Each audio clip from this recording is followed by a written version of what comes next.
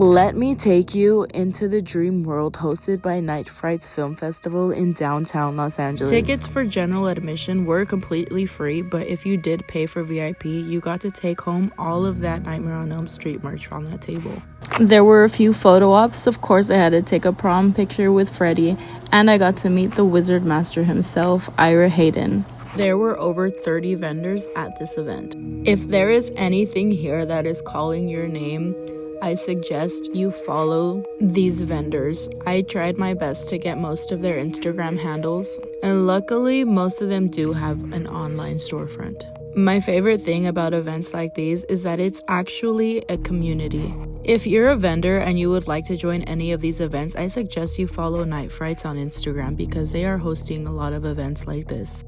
Now, if you did miss this event and anything is catching your eye like these cute, precious moment paintings, don't worry because there's always going to be a next event. At the end of this video, I will show you upcoming Night Frights events.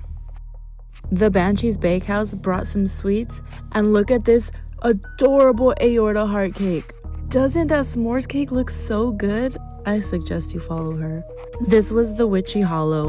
They had horror-themed foam hand sanitizer, soaps, lotions, pillows, bags, cat collars, and more. I wish I could slow this down, so if you take the time, please pause and look through this artwork. It is so phenomenal, the detail that was put into each and every piece. This is Creep Cake, a mash of horror and metal in one. He is definitely a repeat staple in these horror events, and you cannot miss him with his iconic Goo TV. Here was a stand for the horror dog lover. From bandanas to shirts to tiny frame keychains with photos they would print on the spot. Cruel Studio had woodwick candles that smelled so good every time you passed by. This was something. She started in the pandemic doing face masks and then moved on to so much more.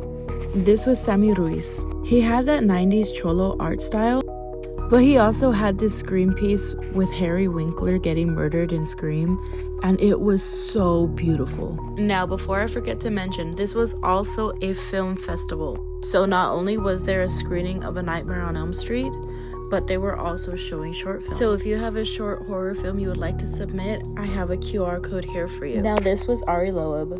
He's worked with Nicolas Cage and has even been featured on The Walking Dead as a walker. He was promoting his book, The Stunted Man, as he was a stuntman himself. Then I met Michael Barton, the author of the Suicidals comic books.